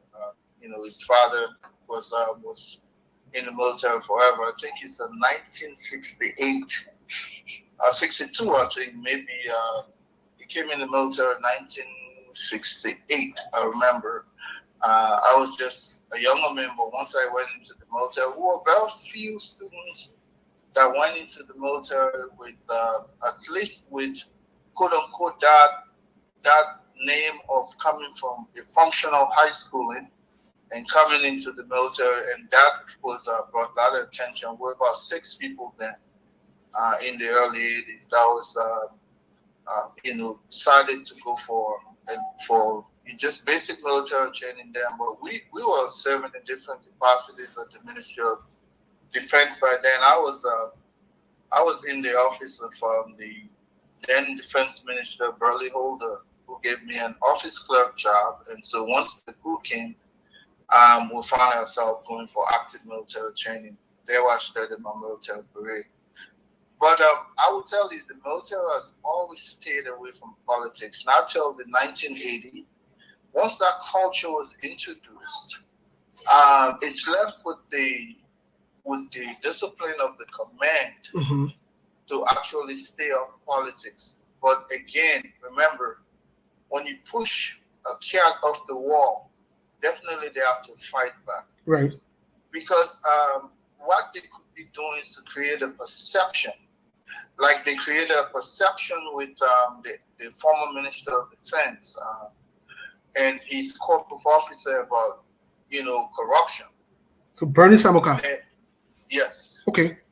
And so now the military under Prince Johnson and of course Zian Khan. I don't think these folks will want to take the blame, not saying a word, and then that perception goes down in the minds of the military. Most of those guys who have been exposed to, to combat at the international peacekeeping level. Mali is a hostile terrain. It's not one of those irregular peacekeeping missions that when you're there, you're not going to face enemy combatants trying to, to nuzzle their way through your command. So these guys are exposed to military, thief, as we call it. And so one of the worst things you can ever do to a military person is to tamper with their salary, whether or not they are on mission or off mission.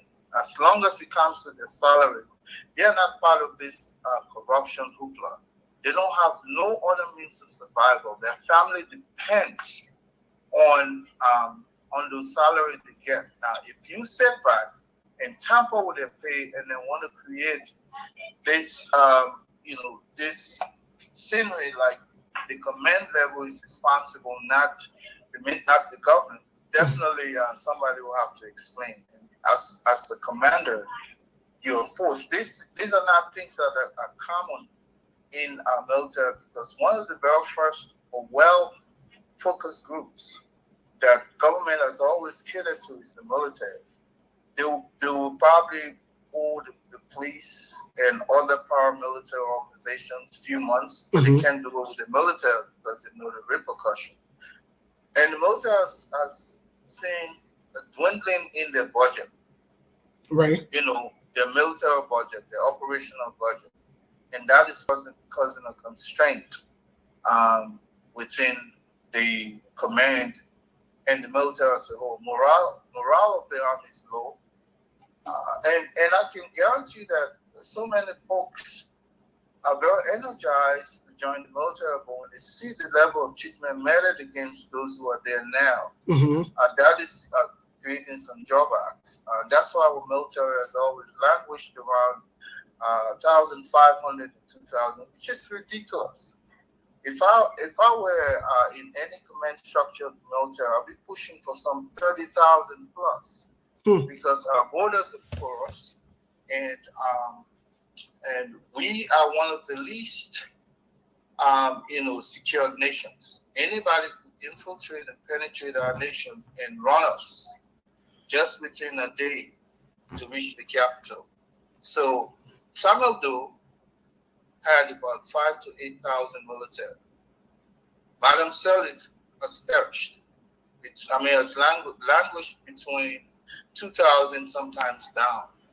Now, I hate to expose some of these figures because then it clearly, points to our vulnerability as a nation. Right. But sometimes these are not hidden statistics. These are laying down just that people have not taken interest in looking at them. But the military is not being treated well right now. So I have another question for you. So in this context, who can the military complain to, or who can they go to? Do they go to, which branch of the government can they go to have this resolved? Well, one of the very first institutions that could actually take care of the military would be the legislature. Okay. It's the first branch of government. By extension, the legislature should be more powerful than even the executive. Power is inherent in a legislature. And so, therefore, there are certain strategic committees within the legislature that oversee the running of the military. Even promotion of ranking officers all go through the Liberian legislature. You go for a confirmation hearing, just like a minister would go. But just that there's that separation between military and state. So therefore, in the bridge that links the military and the state is the legislature. So you can't go to the executive. The executive, by extension, is it's a separate body. But the legislature actually is who polices the military and discipline. and their well-being as well. Okay, so that's where you had initially you had Prince Johnson, Prince White Johnson, who was serving as maybe the liaison between the military and the government in the Senate. Is that what you're insinuating here? Say that again. So remember, Prince Johnson was voted at some point before he was forced to resign or encouraged, or however you want to term it. So the position that Senator Prince Johnson, Prince White Johnson, right? So the position, yes, go ahead. the position that he occupied at the time, so that position served as a liaison between the military and the Senate, right? Or the legislature. Yes. Okay, great. Yes. I want to keep that in context. So then now, the next question to you before we open the line here for other people to contribute or other things, or ask you maybe if you have any other things you would like to touch on, would be can at any point in time, based on this factor, if it's not resolved, if maybe the legislature play games with the military, what would be the next course of action, or what can be the next course of action in this context? Well, remember, the legislature is the liaison between the military and the state. Right. What this would be, they would try to bridge the grievances by laying the grievances to the executive branch, who actually because the legislature supervises the generation of the national budget. Right. Now, if the military is treated apprehensively without any due regard, any attention for their official duty, definitely the legislature would have a role to play in satisfying that. But the legislature cannot single-handedly do it. The government, the executive, must also, because remember there is also a bridge between the legislature and the office of the executive, right, which has to do with the commander-in-chief. So the bridge between the commander-in-chief vis-a-vis the armed forces of Liberia and the legislature, they all go through that one line of command. Unless we have a military regime where the commander-in-chief himself is a uniformed personnel of the army, there should be a middle ground. And that middle ground, again, is the legislature. Now, the army would not take anything without consulting the legislature. Now, if the legislature is slow at meeting, because how people would downplay military grievances or people's grievances. And in my opinion, if the legislature begin to play dilly-dally with the military, sometimes the inevitable happens. But I don't want to create this scenario like the military will just bypass that legislative liaison activity and try to take situation in their own hands. But people who come back from warfare, I also want to disclose by extension that psychological warfare was also another expertise that I pursue while being in the military. Matter of fact, I went to some of the best academies, military warfare academies, just to be able to get a concept of what psychological warfare is. But people returning from deployment are some of the most I don't want to use the word deranged, but they're some of the most inconsiderate people because they feel that they have given so much in line of their nation. And for someone to overlook them, that sacrifice, they don't take it lightly. And Conor Gray, I'd have to agree with you there because, I worked 1 year at the Phoenix VA hospital. And what I realized from the patients at the military hospital as opposed to civilian, the patients at the military hospital, they are very demanding, they are forceful, they feel entitled. Like you said, they feel that it is their right, they've earned it, and it must be given to them. you can't fool around with it. So I agree with that. And some people might not relate to that, they might not understand, but that is how they think, that is how they feel, and that's how they operate. And they operate in a different way that, even the tone of voice is very commanding, it's forceful. They don't fool around with things. They're very direct. They do that kind of, like they're on a battlefront, or they're military personnel. So every time I was there, even doing assessment, the way they answer a question, they will tell you, don't fool around with the question. Give me a direct question. I gave you a direct answer. Yeah. So I can relate to what you're saying. But let me ask you this last question. Based on everything we've talked about, the passport issue has come up again. The diplomatic passport issue has come up sometime last year. That was something that was brought in the public sphere, and it was also something that many people, even some seditionists, were in total disarray and were confused, and they were very concerning to them, because seditionists are Liberians too. That passport will land in the hands of maybe terrorists or other bad actors and other bad people who are not Liberians. So, what do you say to that? As a security personnel, someone who's working that field, what do you say? What is the risk here for us as Liberians? One thing I can tell you, Steve, after the war, especially after the interim leadership period of our nation, I think one of the last interim presidents was Madam Ruth Perry. And just within that era of our country, our passport was useless. Because passport are national identities. And when your national identity is compromised, it means they can't differentiate between who is who.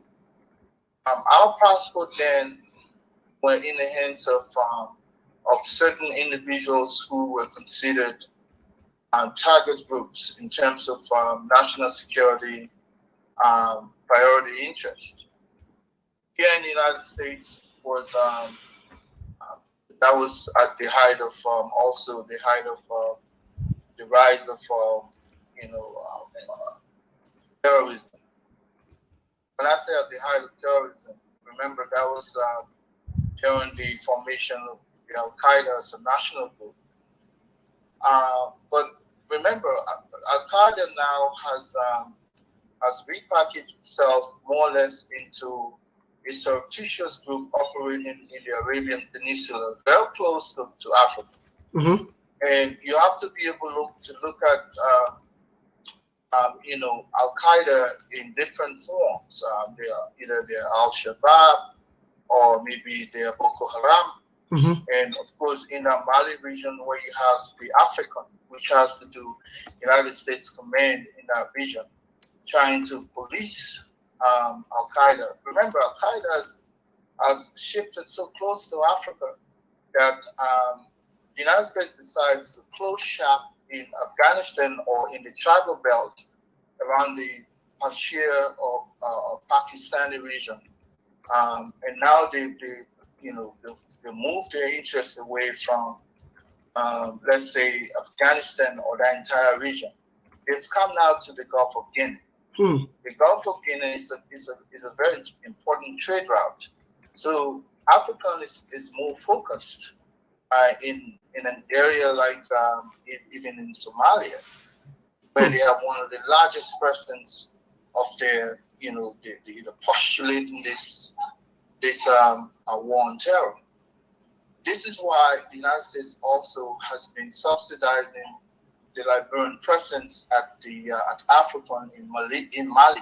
Right. Okay. Right. So when you have your passport for a country that is not considered a terrorist priority, it compromises the integrity of the country itself, that every Liberian citizen who genuinely travels with a passport come under a watch. So this is not just one of those things that people can just wash or sweep under the rug. Remember, the United States foreign policy is also, focused towards that Arabian Peninsula, where you have, like I said, the Gulf of Guinea stretches from from anywhere from West Africa going through. Now, when piracy was high on the Gulf of Guinea, you had Somali pirates hijacking vessels and so on. So the United States had to maintain a presence there because for them, this is a priority. It's a national priority. So anybody that is considered to be part of that dragnet of criminality would come under the radar. Now, the reason why Malcolm was so concerned that Liberian passport would land in the hands of certain unscrupulous individuals was because of this money laundering. And when terrorists are able to launder money, they are able to foot their operations. Right. And their priority target is not the United States, it's the United States. That's how the United States foreign policy postulation, that's how it sees it. That's the interpretation that every terrorist out there is out to get us.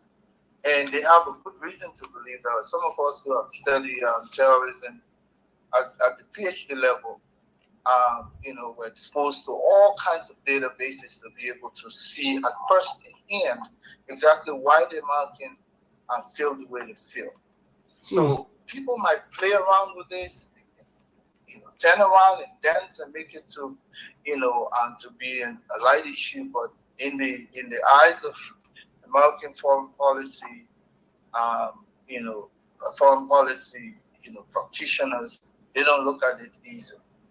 So I think they're playing with it now. They've come up with, the U.S. will give you spot information, just a gist of it, so you can know that they're not just pursuing you because they just want to. But I believe there's more into all of this, and I think they're getting very closer now to making a decision that might affect the Liberian government and people. You and I probably would be pulled aside at airports going through with our Liberian passport for questioning. Definitely. Even if you have an American citizenship, then it's his country of birth, Liberia, you still can come under that sharp scrutiny. You still can come under those scrutinies. That is the voice of Colonel Raymond Gray from Minnesota. Thank you so much, Colonel Raymond Gray. Is there anything you want to add before you leave us, as we will be turning out to the lines here really quick? Is there anything you want to add? No, Steve, some of us are so engaged with other activities. I wanted to, yesterday I was on your show, your live show, looking at the issue of Mr. Cummings, employing a credible institution to come and clear his name out of this. And people, the level of at which we compromise with the thing called integrity in Liberia is in my opinion, is frightening. We are beginning to look like a country who don't care for anything that has to do with integrity anymore. When we were growing up, if someone drops their wallet, we pick it up behind them, we'll make sure we chase after the individual. Sir, ma, you drop your purse, your wallet. Going to have that happening today, it will be like, amazing. That was how people used to refer to us as a very stupid people who were so much concerned with integrity. We've lost all of that. I get that we came back from war, and so therefore people are no longer concerned about, just doing the right thing, as we can say in the Liberian way. We're not even concerned with that anymore. Those people who are some of the worst characters are the ones who would take passion to. People who tend to live by the rule. We hate them so much, we have a disdain for them. And this is why some of us are beginning to feel so iffy about a country that if this spread as a national way of life, we as a country, we're doomed. But I'll leave it there, and then sometimes maybe I'll come on the show there if you have any security matters to discuss. My brother, I'm not. Let me brag. I'm bragging right because security was what I've lived on, and I still live on it. I do quite a bit of research. And come on, hey, I'm okay. So security is what I. No, I'm almost done. Security is almost what I do. I still do lots of research, and there's so much money in that area. I'm afraid that regardless who becomes the next president, it will take me, good thinking to even come and help my republic because we're so far behind. Till anybody sees you, the first thing they are suspicious that you in this because you need some money to make your retirement life or something. But I tell you what, Steve, the best things that happened or the best thing that happened to some of us was traveling to the United States and establishing a status here. If you cannot make money out of this country, forget it. You're not going to be able to make money in Liberia. So once in a while, I'll come on your show, my brother, but at this point, I'm beginning to be afraid that Liberians, we don't care about integrity anymore. We just have given up. Thank you so much. Thank you, Remy, for your contribution here today. Thank you so much. Well, folks, we have the line open now. Please get straight to the point.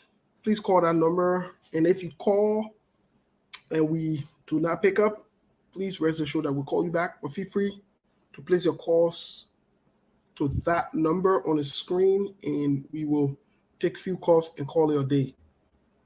In the meantime, I'd like to say thank you to our listeners and our viewers. Listen, these are national concerns. These are national issues that are going on. We need to talk about them.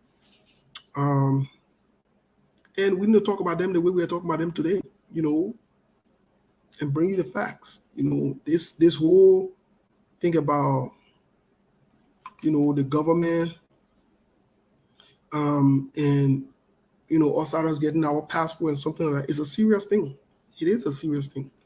It's not a CDC thing. It's not a CPP opposition thing. It's a national concern. It's a national concern. You don't want to be going on a serious trip or going somewhere and people hold you to the airport only because you look a certain way. You saw how 9/11, or it stayed on your passport or somewhere on your record that you're from Liberia. You saw how 911 looked. You saw how it looked. The Arab people or people that have beer or whatever it is, once you look a certain way, you automatically get, taken aside to be spoken with, or, they look at you funny, they put you in that little funny looking little box, and there's not much you can do about it. So this is something serious that we all need to, hopefully encourage the government to get to the bottom of it. What happened to that passport? What really happened? We need to know. This is a national concern. It's not a political thing. And again, it's not mutually exclusive to the CDC-led government. Charles Taylor did similar thing to Charles Taylor times. Many of you may recall. The histories are there. The records are there. You're not just paying attention. You just don't want to talk about it. Yeah, caller, what's your name? Where are you calling from, please? Yes, Steve, that is Fuma Bidito, right? Yeah, Fuma, how are you, my man? Long time. Yes, sir. Thank you. Thank you for taking my call, Steve. I just want to make a point, the brother that was just speaking. I just want to buttress some of his statements. Steve, that's true. When we were coming out, when I took the national exam, for example, 1988, that was before your time. Steve, there was a question that came in the national exam that year. If anybody took the national exam that year, they said the most civilized country in West Africa. The answer was Liberia. 1988. And the brother was talking about if you drop your wallet somebody will take him behind you and change and tell you, hey, come take your water. It's exactly so. But to see today we are like this, Steve,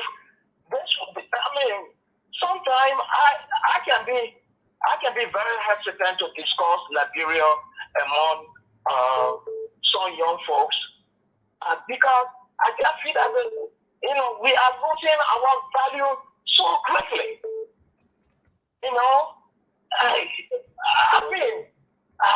It's like the forefather prayer has not been answered. Okay, coming back to the passport issue, it's a very great concern. But nobody should play with this. So the brother was saying that passport is our national identity. What more else we can identify ourselves to be a Nigerian more than passport? Now, if that is compromised, if that is compromised, Steve, then where are we? Where are we? Nobody, no international or other country in the world will put trust in Liberia. Because your passport is compromised. Thank you. Again, please try to invite us so the vote is ready. We're doing some great. My man, we invite vote. We invite vote, but we invite vote. Most of the time, I'm listening to you. You don't even mention my party. You don't even mention my state. I will mention you. I will mention. Wait a minute now. Yeah. We invite y'all. We got a lot of questions for y'all because most as of recent, the information, the news we've been hearing about vote. We invite your stand up brother to talk about it. We don't know if vote turn to United Party now or United Party turn to vote. We are confused. But we are confused. You're confusing us. Steve, stop that. Okay, I stop it. We are independent national political party. No. I will hold you there. To uplift the national barrier of Liberia. Okay, no problem. When we invite you, we'll discuss it. We'll provide the facts. Yes. To these.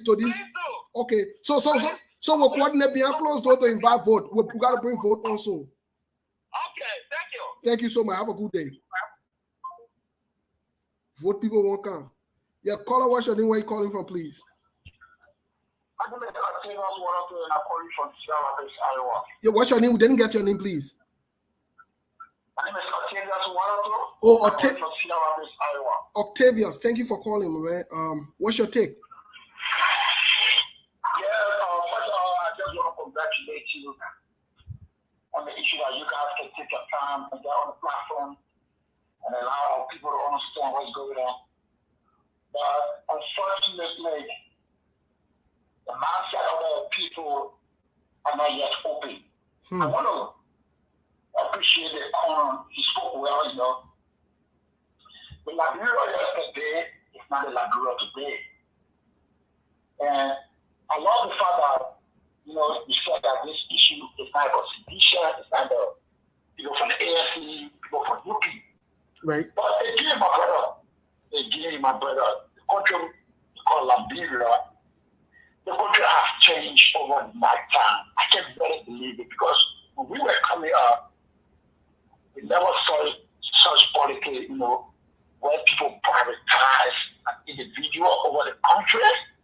The passport issue has been a long time thing. Like, people were bashing the government. The passport of any country, it represents that country. Right. It's a picture of that country.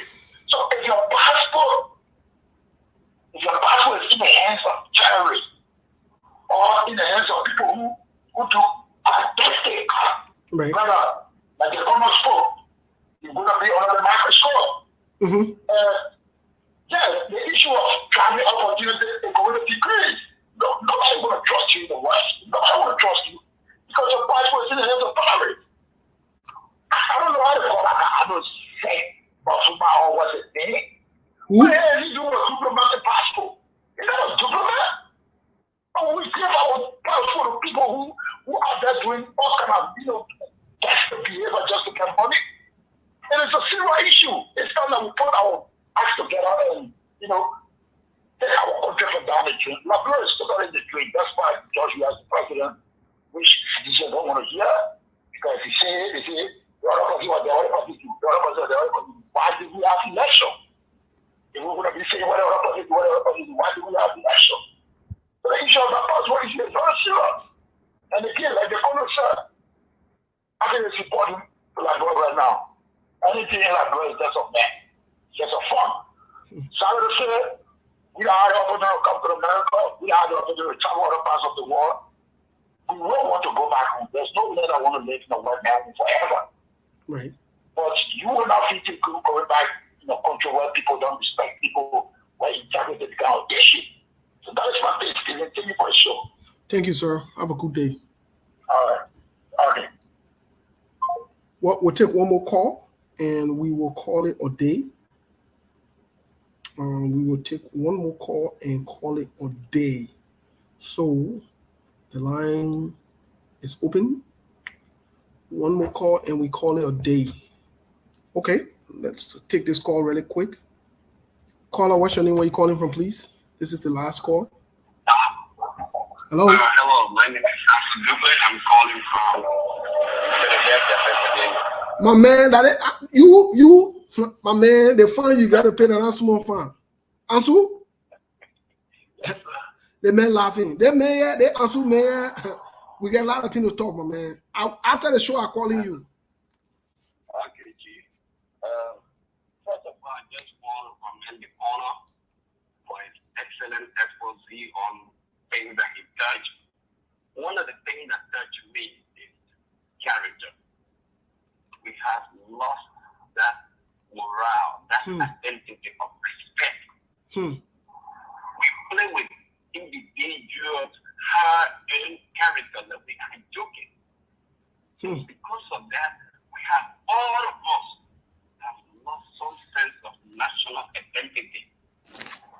And that's why we keep continuing to have what we have. And it's not a mistake. You see people both Christians and Muslims praying every day but doing the painful wrong thing. If you put Nigerians together, five good people, a four good person and one ugly person, bad behavior, Nigeria will put for the one with the bad character. So we put for the one with the bad character. Yeah, example from the war, when the war started. We came out, we put that for him. We came out, said that level Liberia, we put that for her. We came out, you know who, you don't know who, we put that for her. Prince Johnson, we say defend us, we put that for him. George Bullet, we put that for him. Jacob Fulmer, we put that for him. We are the only people that vote for people with bad record. Yep. And then we tell people, say, oh, no. Power and money. No, he's a criminal. He just got in there and just there. With all your effort. It is not time that we put behind us. This blind partisan politics just for jobs.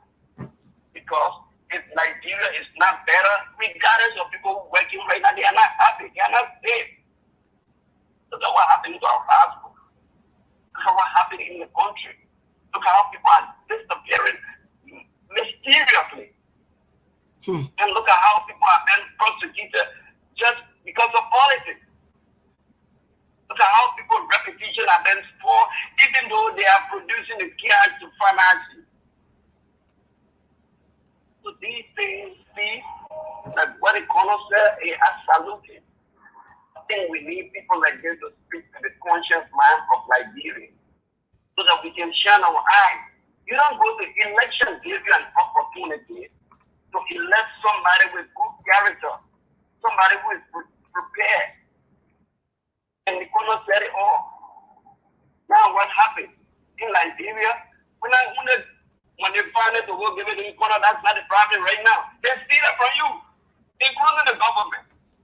People who are in high position stealing it from you, robbing you. Even when you decide these days to carry investor to Liberia, government officials are asking you for a money that the person has not even started investment. How do you create jobs? This is causing a lot of insecurity. And knowing that after 14 years of mass destruction, that it means for us to put the rightful government in place so that we can try to rebuild our country.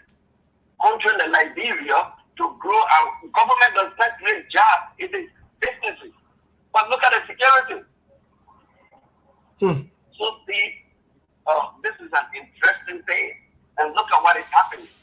When you hear something bad happening, it either be minister or the president.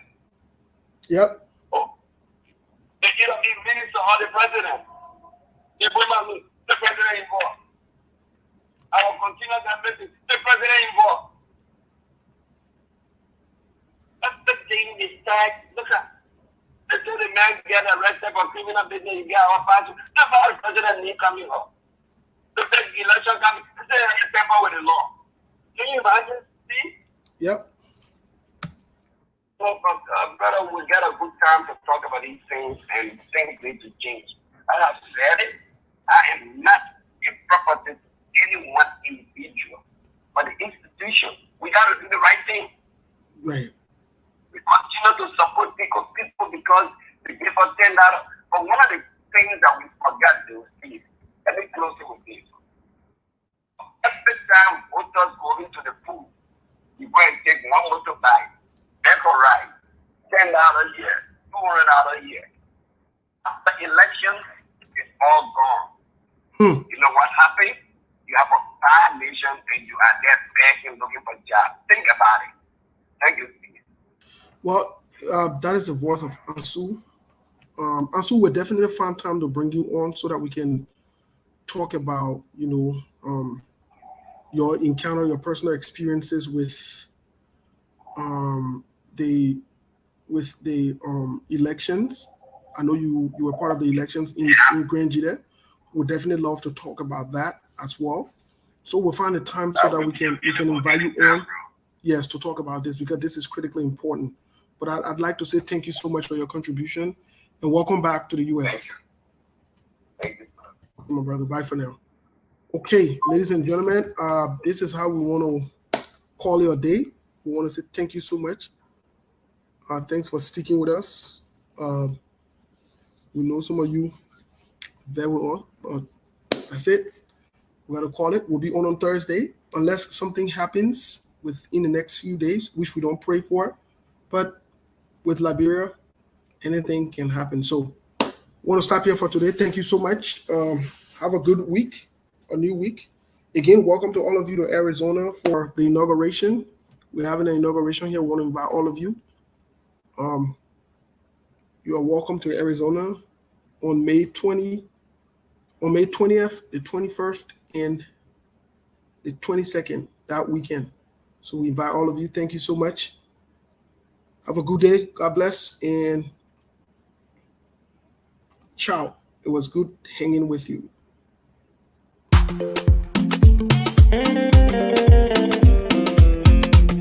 You don't even know my story. You don't even know your story, oh yeah. Oh yeah, you know, on the day, I be a loca. So moral. You post a new car on Facebook, but that's so la la. You working butter, bluffing and acting jealous, say you photo. My advice for you in my way and gutter.